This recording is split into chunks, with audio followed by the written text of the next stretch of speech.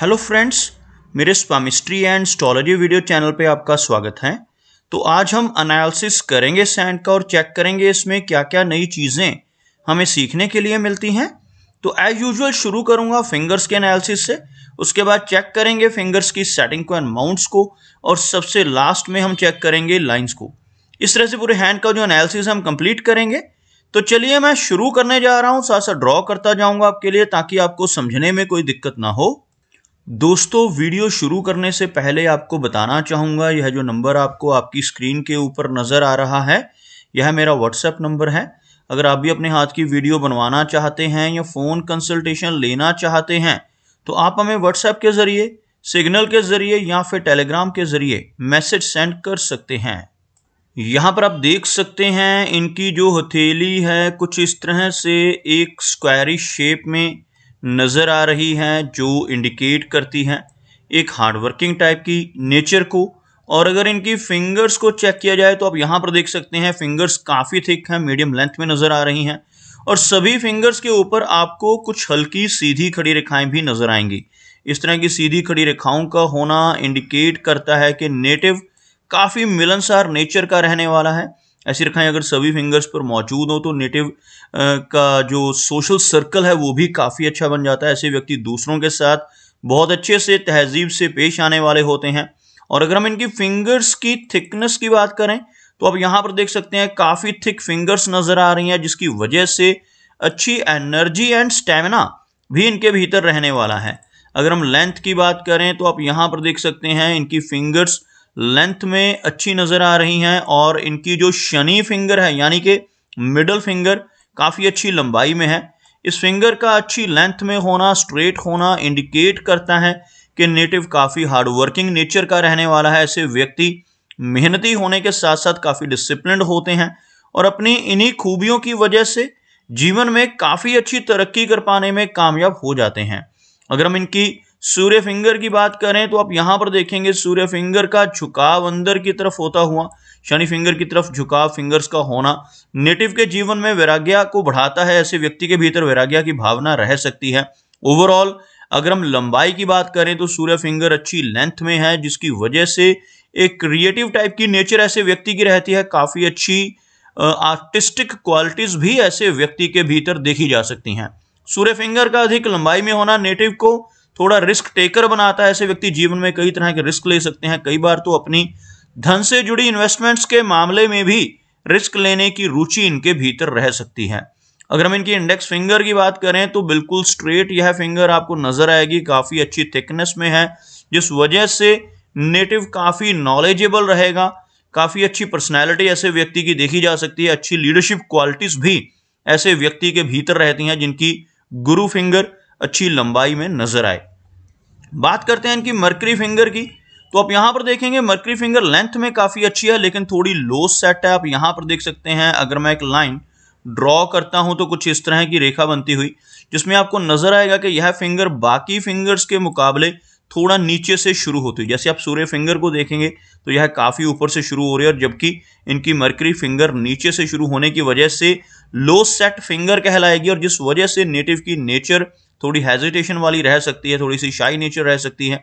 लेकिन ओवरऑल अगर देखा जाए तो लेंथ में यह फिंगर काफ़ी अच्छी है, जिस वजह से कम्युनिकेशन स्किल्स नेटिव के काफ़ी बेहतर रहते हैं, और काफ़ी अच्छी कैलकुलेशंस और बिजनेस एक्यूमेंट भी ऐसे व्यक्ति का देखा जा सकता है। इन दोनों फिंगर्स के बीच में यानी मरकरी और सूर्य फिंगर के बीच में आपको काफ़ी अच्छा गैप इस एरिया में बनता हुआ नजर आएगा।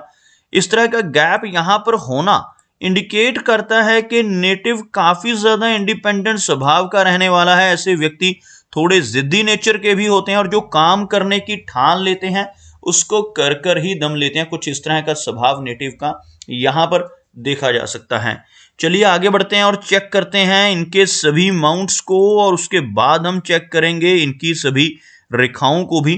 तो यहाँ पर आप देख सकते हैं इनका जो बृहस्पति माउंट है काफ़ी उभरा हुआ है। बृहस्पति माउंट का प्रोमिनेंट होना नेटिव की नॉलेज को इंडिकेट करता है। आप देख सकते हैं यह जो एरिया रहता है सबसे पहली उंगली के नीचे का पूरा एरिया बृहस्पति का एरिया कहलाता है, और इस तरह का उभरा हुआ बृहस्पति माउंट होना नेटिव को ज्ञानवान बनाता है। आप यहाँ पर देख सकते हैं कुछ आड़ी रेखा, ऐसी एक आपको हल्की रेखा नजर आएगी। यह कंप्लीट नहीं है, अगर यह कंप्लीट हो जाए तो कुछ इस तरह से एक वलय का साइन बनाती है। इस तरह का चिन्ह अगर पूरी तरह से हाथ में बन जाए तो ऐसा व्यक्ति काफी ज्यादा वैराग्य की भावना ऐसे व्यक्ति के भीतर हो सकती है। इस तरह का चिन्ह यहाँ पर होना नेटिव को स्पिरिचुअलिटी की तरफ लेकर जाता है और ऐसा व्यक्ति लगभग मिडिल एज में पहुंचकर 40 के आसपास की एज में पहुंचकर किसी न किसी सोशल वर्कर और वर्किंग ऑर्गेनाइजेशन के साथ जुड़ सकता है। ओवरऑल देखा जाए तो यहाँ पर एक क्रॉस का साइन बनता हुआ जो नेटिव को के लिए काफी अच्छा माना जाएगा। धन के मामले में ऐसा चिन्ह काफी अच्छे रिजल्ट देता है। और यहाँ पर एक स्क्वायर का साइन भी आपको बनता हुआ नजर आएगा।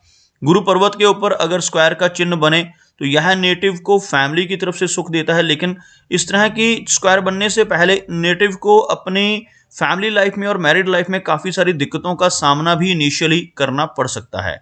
अगर हम बात करें इनके शनि पर्वत की तो यह एरिया आप देख सकते हैं हल्का सा दबता हुआ नजर आ रहा है। और शनि का माउंट अगर दब रहा हो तो यह स्ट्रगल को इंडिकेट करता है। काफी ज्यादा मेहनत ऐसे व्यक्ति को अपने जीवन में करनी पड़ती है और जिन लोगों का शनि पर्वत दबता है उन्हें अपने कंफर्ट जोन से निकलकर काम करना पड़ता है। हाथ में शनि रेखा अगर बिना टूटे मौजूद हो तब नेटिव को उसका काफी लाभ मिल सकता है। आपको बताना चाहूंगा शनि रेखा हम किस रेखा को कहते हैं।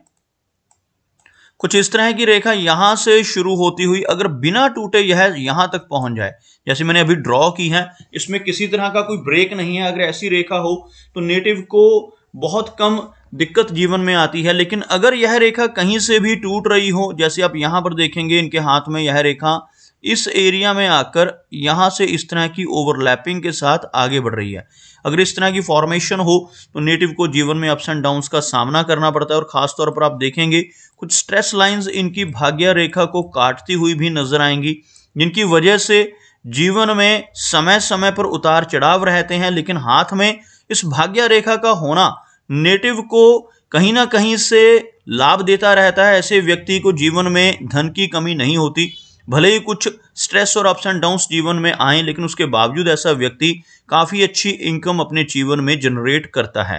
अगर हम बात करें इनके सूर्य पर्वत की तो आप यहां पर देख सकते हैं इनका सूर्य का जो एरिया है हल्का सा दबता हुआ नजर आ रहा है, जिसकी वजह से नेटिव को यश मिलने में कमी रहेगी। ऐसा व्यक्ति दूसरों के लिए कितना भी काम कर ले, दूसरों की कितनी भी हेल्प कर ले, बदले में कोई एप्रिसिएशन, कोई रिवार्ड नहीं मिल पाता। और खास तौर पर अगर यहाँ पर क्रॉस जैसा चिन्ह बनाओ, जैसे आप यहाँ पर देखें कुछ इस तरह से, इस रेखा के कटने से कई बार डिफेम होने की संभावनाएं भी बढ़ जाती हैं। अगर हम बात करें इनके मरकरी की तो आप यहां पर देखेंगे मरकरी हल्का सा लो सेट जरूर है, लेकिन यह माउंट आपको उभरा हुआ नजर आएगा। इस माउंट के ऊपर आपको ऐसी छोटी छोटी खड़ी रेखाएं भी नजर आएंगी जिनको हम हीलिंग लाइंस कहते हैं। ऐसी रेखाओं का होना नेटिव को काफी अच्छी हीलिंग क्वालिटीज देता है। ऐसे व्यक्ति दूसरों की मदद करने वाले होते हैं, दूसरों की हेल्प करने वाले होते हैं और अपने शब्दों से, अपने कर्मों से, अपनी सलाह से लोगों की प्रॉब्लम्स को दूर कर सकते हैं।